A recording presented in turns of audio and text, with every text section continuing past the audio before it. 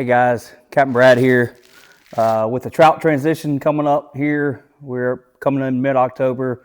Trout are already on the move, really good in some areas. So I wanted to go over some tips and some tackle that I like to use on these fish.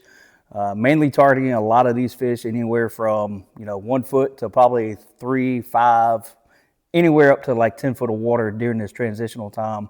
Water temps haven't started to cool off yet, so they're kind of still a little scattered and doing things all over the place.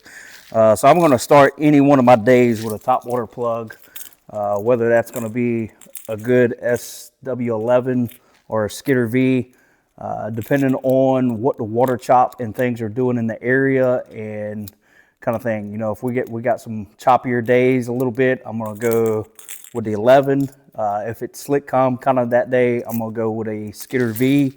Also like to throw a lot of peanuts during that time frame too, in those areas, in those shallow flats and stuff like that for those fish when you don't have slick calm conditions.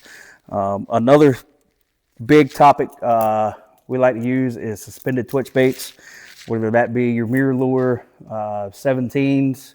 And if I'm going to have those hooks, if I got to change the hook, it's going to be over to a BKK size number 4. Really matches those hooks very well for those. If I'm having to switch over to a 17, a little smaller profile bait, it's going to be matched up and paired really good with a BKK number 8 size fang hook. Kind of zoom in on that so you can see it. And those transition very well to your 17s. Also, 3 to 5 foot range is the Rapala X-Wrap XR8. Really fits good too. You can use them as a jerk bait or a slow, constant retrieval on those. Now to some of my tried and true favorites is either going to be your Big Slick, paired that with a 4-aught hook here. Working that, that 3 to 5 foot range, kind of twitching them up and down, slow falling. Or one of my true trieds is the P-Mint Slick Junior. Is definitely one of my favorites, and I'm going to pair that with an 8 or anywhere from a 1/16 to a 1/4 ounce jig head, depending on the depth and things that we're using. But I like to let that current control that bait as I jerk it through the systems. Some baits that are very hard to come by, but if you're lucky enough to be able to get them, is the Steves.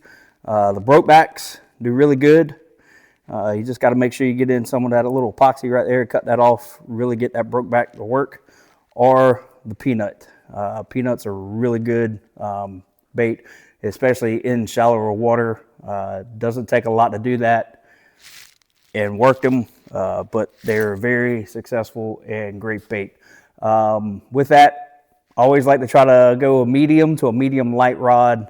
I'm using 10-pound test on my braid, and anywhere from a 14 to a 20-pound 4 liter.